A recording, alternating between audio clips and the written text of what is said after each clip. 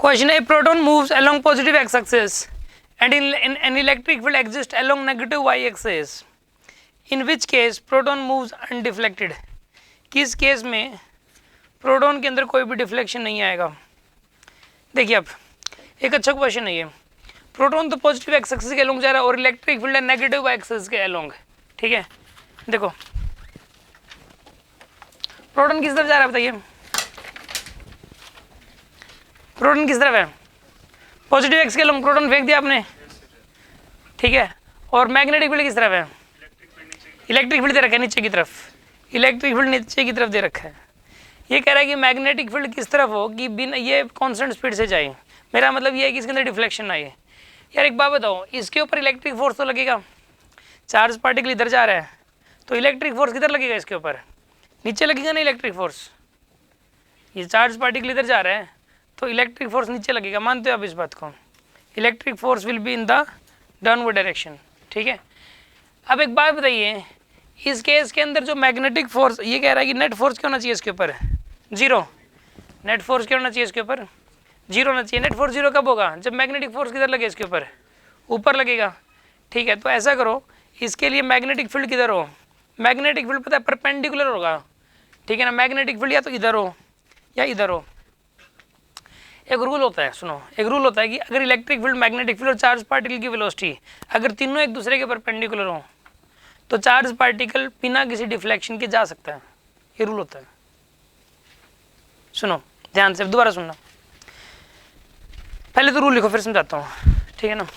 When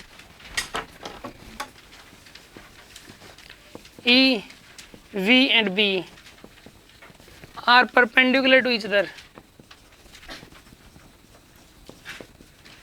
then charge can move undeflected.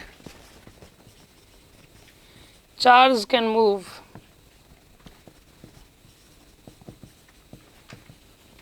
undeflected. जो charge है वो बिना किसी डिफ्लेक्शन के जा सकता है। चार्ज में कैन मूव अनडिफ्लेक्टेड, ठीक है।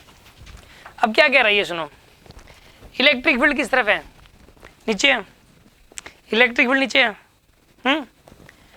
चार्ज पार्टिकल की वेलोसिटी किस तरफ दी गई, इस तरफ। इलेक्ट्रिक फोर्स किधर लगेगा बताओ, इलेक्ट्रिक फोर्स नीचे लगेगा।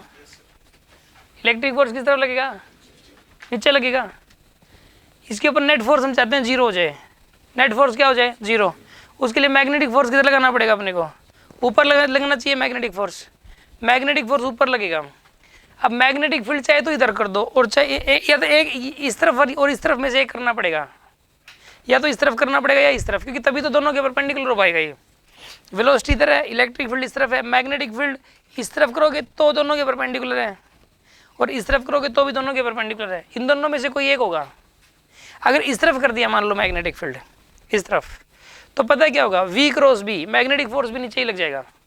इलेक्ट्रिक फोर्स नीचे तो लग ही रहा है, V cross B, magnetic force भी नीचे लग गया।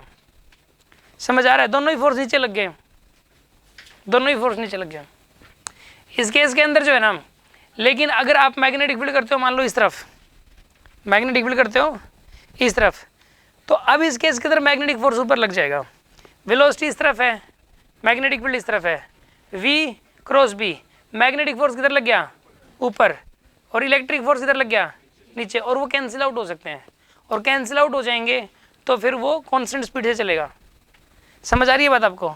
और मान लो कांस्टेंट स्पीड से पता है क्या है, उसके लिए स्पीड कितनी देनी पड़ेगी ताकि वो कैंसिल आउट हो जाए।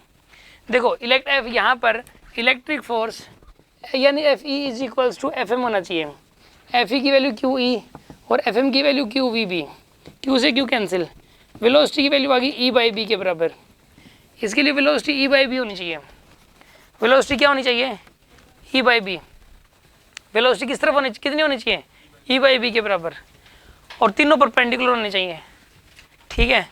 अच्छा एक बात बताइए आप, इसके अंदर चार्ज पार्टिकल को फेंका इस तरफ, इलेक्ट्रिक फोर्स है इस तरफ, इलेक्ट्रिक फील्ड इस तरफ है, यानी कि मैग्नेटिक फील्ड की तरफ देने की जरूरत पड़ रही है आपको इस तरफ, तभी तो V क्रॉस B ऊपर की तरफ आएगा मैग्नेटिक फोर्स, और इलेक्ट्रिक फोर्स नीचे और कैंसिल आउट हो जाएंगे।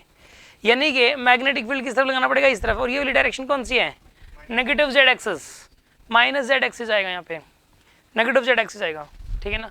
तो आंसर इसका आएगा नेगेटिव जेड एक्सिस, ये आंसर है।